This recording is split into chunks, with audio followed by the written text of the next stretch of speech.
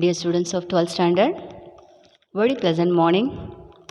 Once again, welcome back to the zoology class. We are discussing chapter number 3, reproductive health. Under reproductive health, today we are going to see how to detect the fetal disorders during pregnancy.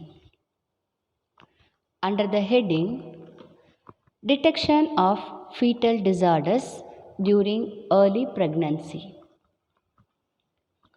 The various methods used to detect fetal disorders are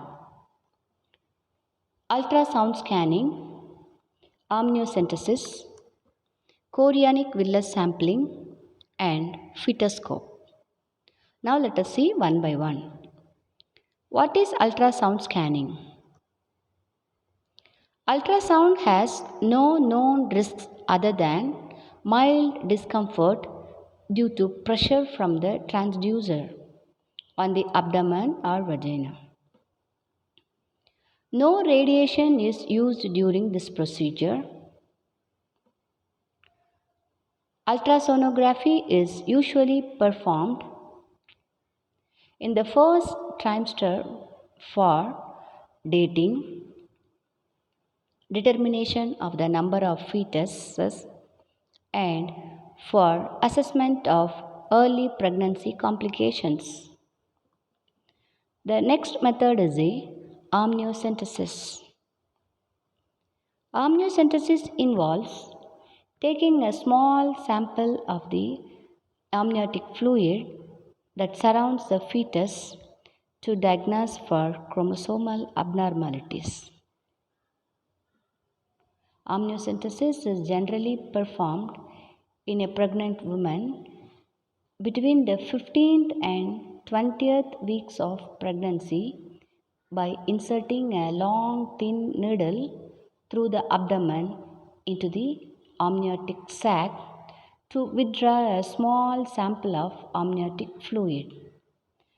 The amniotic fluid contains cells shed from the fetus. The next method is the chorionic villus sampling. Chorionic villus sampling or CVS is a prenatal test that involves taking a sample of the placental tissue to test for chromosomal abnormalities. The next method is the fetoscope.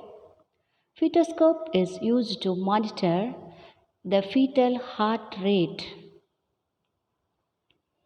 and other functions during late pregnancy and labor. The average fetal heartbeat is between 120 and 160 beats per minute.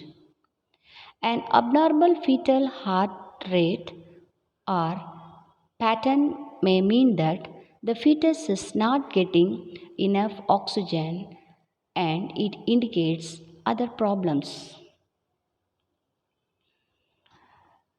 The topic, that is the chapter number 3, reproductive health, is completed with this video. Okay, thank you.